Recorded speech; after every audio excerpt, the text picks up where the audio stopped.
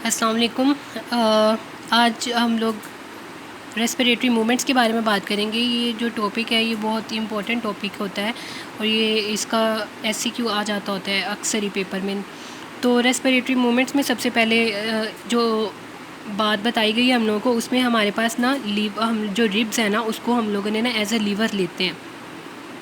वो कैसे लेते हैं कि हमने कहा कि जो रिब होती है उसमें हमने बता दिया कि जो हमने पता है कि रिब के पोस्टीरियर एंड पे ट्यूबरकल होता है, हेड नेक और ट्यूबरकल, ये तो एक टिपिकल रिब की एक करेक्टरिस्टिक है ना। तो अब जो ट्यूबरकल है ना उसके लेटरली हम लोग ले लेते हैं एक फलक्रम। फलक्रम पता है सेंट्रल पॉइंट होता है फलक्रम किसी भी चीज़ का जिसकी अराउंड मूवमेंट होनी है उसको हम लोग फलक्रम कह देते हैं। और जो ट्यूबरकल है उसने जॉइंट बनाना होता है ट्रांसवर्स प्रोसेस ऑफ वर्टिब्रा के साथ।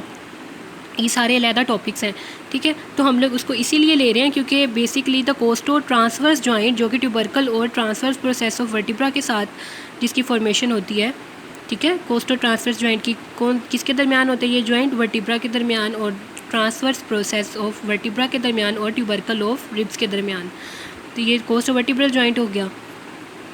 ये जॉइंट बेसिकली फलक्रम के तौर पे एक्ट करता है, लेकिन हम लोग यहाँ पे जो फलक्रम ले रहे हैं ना वो ले रहे हैं lateral to the tubercle. Tubercle किसका? रिब्स का।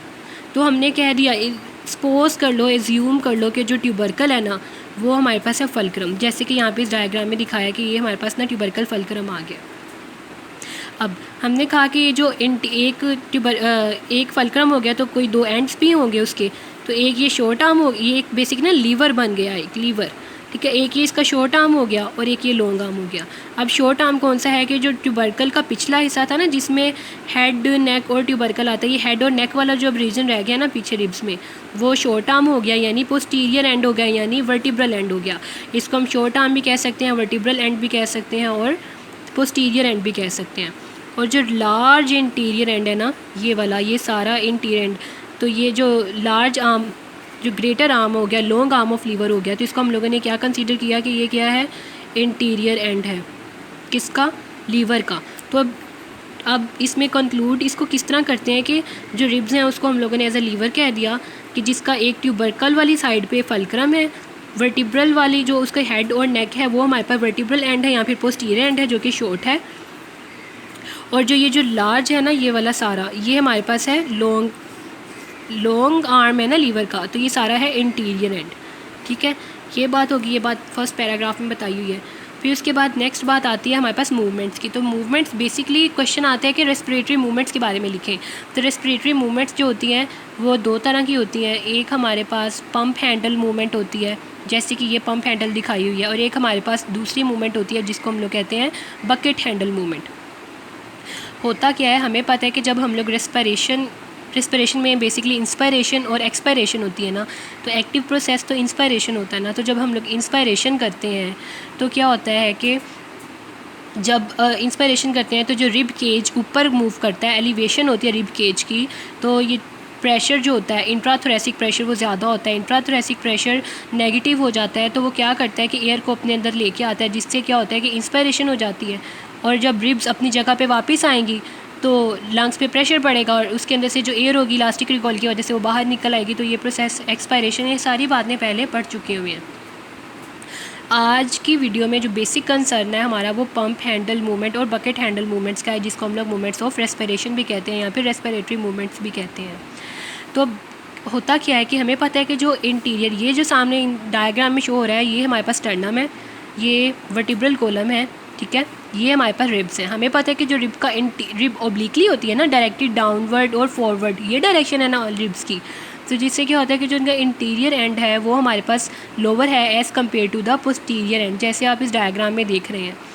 इंटीरियर एंड लोअर है as compared to the posterior end. हमने कहा था कि जो पोस्टीरियर एंड है वो स्मॉल है, तो यानी ये जहाँ पे कहा ना पोस्टीरियर एंड स्मॉल है क्योंकि फलक्रम से पीछे वाला पोस्टीरियर एंड था। तो अब हम कह रहे हैं कि अगर हमारे पास रिब्स की जब एलिवेशन होनी है, अगर पोस्टीरियर एंड की एलिवेशन होती है, ठीक है, तो इंटीरियर एंड तो वैसे भी लार्ज है तो इसकी ज़्यादा एलिवेशन होगी।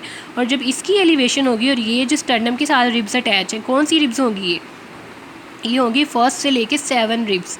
पहली 7 रिब्स डायरेक्टली स्टर्नम के साथ अटैच होती है ना, जिनको हम लोग वर्टिब्रो स्टर्नल रिब्स भी कहते हैं। तो क्या होगा कि जब स्मॉल पोस्टीरियर एंड पे एलिवेशन होगी तो ग्रेटर ज़्यादा मूवमेंट होगी into the large interior and पे, जिससे क्या होगा कि जो जब रिब्स पिछला एलिवेट किया उसके नतीजे में अगला एलिवेट किया, और इसने क्या किया अपने साथ स्टर्नम को भी ऊपर उठा दिया। पिछला हिस्सा एलिवेट किया, उसने क्या किया अगले हिस्से को एलिवेशन करवाई, और उसने क्या किया अपने साथ स्टर्नम को भी ऊपर उठा दिया। पहले इतना सा था इसका एरिया, अब इतना एरिया, ये जो रेड शो करवा रही है लाइन, अब इतना एरिया ज़्यादा हो गया, यानी अब थोरेसिक एज का एरिया ज़्यादा हो गया है। रिब्स भी ऊपर को मूव की, स्टर्नम भी फॉरवर्डली मूव किया, ऊपर को मूव किया, तो क्या हुआ कि नेगेटिव इंट्राथोरेसिक प्रेशर क्रिएट हो गया इसके अंदर, और एयर इसके अंदर आ जाएगी। ये इंस्पायरेशन का प्रोसेस हो गया। ये कौन सी मूवमेंट हो गई? ये बकेट हैंडल ये हो गई पंप हैंडल मूवमेंट। जैसे नीचे पंप हैंडल मूवमेंट की डायग्राम भी दिखाई हुई है कि हम लोग यही इसी तरह करते हैं ना, जो घरों में नलके लगे होते हैं, जो पहले ज़माने में पुराने ज़माने में नलके लगे होते हैं घर में, जो और अक्सर बच्चों के घरों में देखा ही होगा अक्सर बच्चों ने। ये अगर नहीं भी देखा तो आप लोग यूट्यूब से वीडियोस निकाल के इसके बारे में देख सकते हैं कि ये जो नलका इसको कहते थे, हाथ से चलता है ना ये पंप, इसको नीचे ऊपर करते थे, इस पंप को पानी यहाँ से निकल आता था। इसी तरह सेम ये इसकी जो नीचे ऊपर वाली मूवमेंट हो रही है ना हैंडल की, इस हैंडल को हम लोग दबाते थे और यहाँ से पानी निकल आता था। इसी तरह ये जो हैंडल की नीचे ऊपर वाली मूवमेंट है ना, सेम इसी तरह रिब्स की और स्टर्नम की नीचे ऊपर मूवमेंट होती है। इसी वजह से इस मूवमेंट को हम लोग पंप हैंडल मूवमेंट कह रहे हैं। अगली वीडियो आपको नेक्स्ट पार्ट में बताती हूँ।